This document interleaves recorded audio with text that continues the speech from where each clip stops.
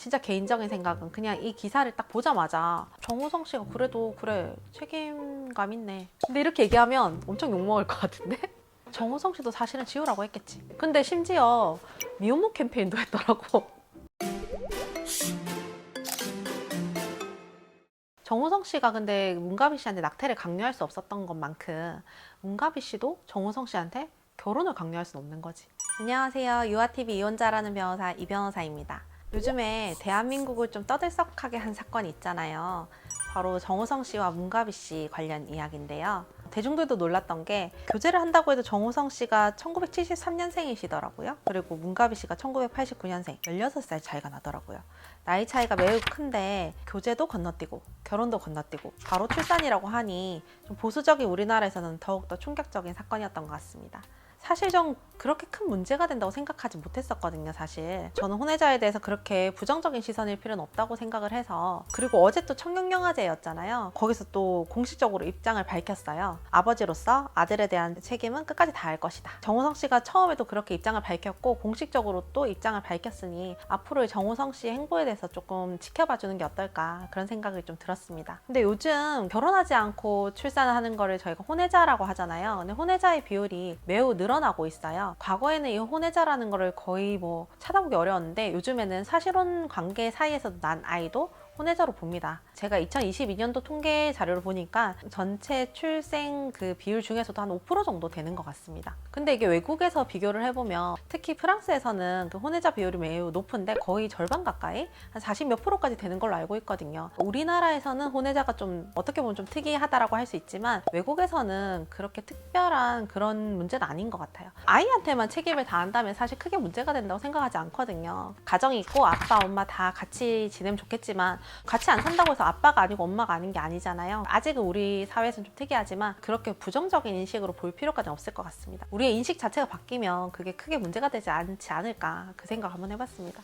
우리나라에서 정우성 씨에 대한 이런 논란이 크게 되는 걸 보고 영국 BBC 방송에서 한국은 유독 공인에 대한 도덕적 관념이 매우 높다, 이상하다 이런 기사가 나는 걸 봤거든요. 사실 조금 그런 것 같기도 합니다. 혼외자라는 거는 법적으로 혼인관계가 없는 남녀 사이에서 출생한 아이를 법률적으로 혼외자라고 합니다. 혼인의 출생자에게 법률상 권리가 발생하기 위해서는 인지라는 걸 해야 하는데요. 아직 정우성 씨가 아마 인지까지는 안 하지 않았을까. 인지를 만약 했다면 또 그렇게 언론에 나왔을 것 같은데 그런 얘기가 없는 걸로 봐서는 아직까지는 인지라는 건 안 한 것 같아요. 인지 절차를 하지 않으면 아직 정우성 씨의 가족관계 등록부에는 부모님만 나와 있는 거예요. 근데 이제 아기를 낳게 되면 내 아들로 이제 등재가 되는 거죠. 가족관계 증명서에.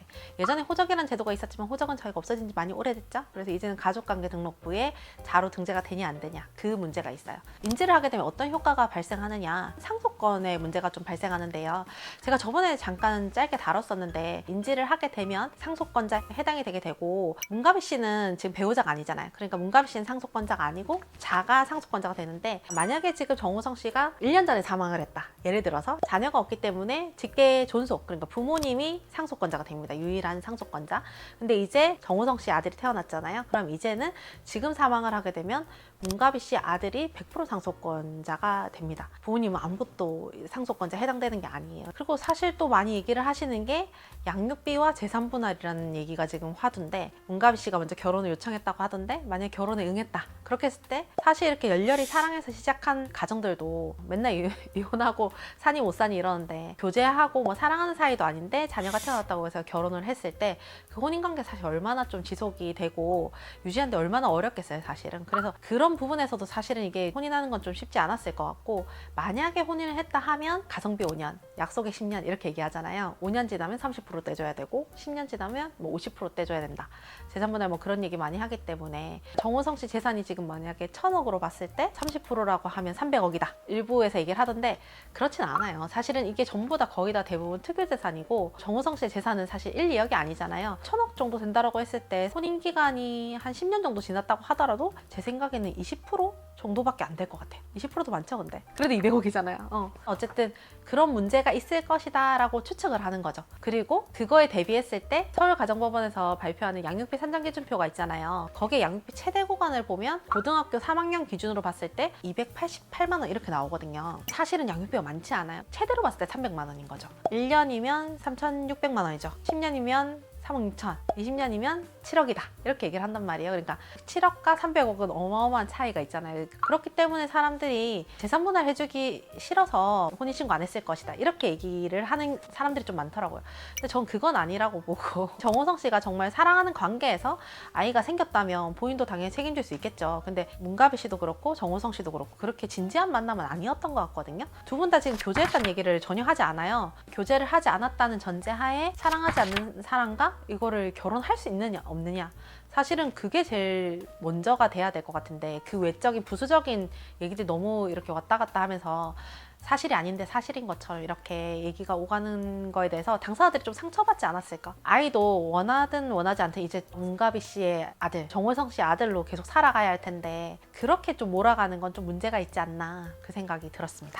진짜 개인적인 생각은 그냥 이 기사를 딱 보자마자 정호성 씨가 그래도 그래 책임감 있네 근데 이렇게 얘기하면 엄청 욕먹을 것 같은데?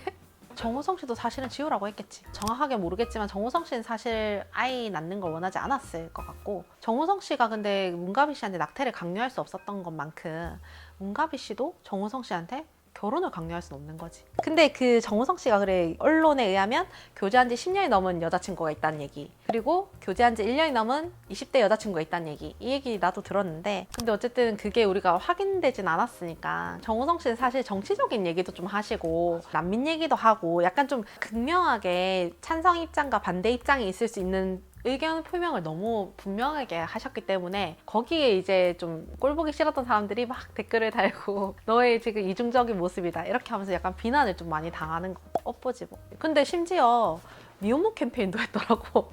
갓난아기 안고 미혼모 가정에 대해서 이래 지지하는 이런 캠페인을 한 적도 있어.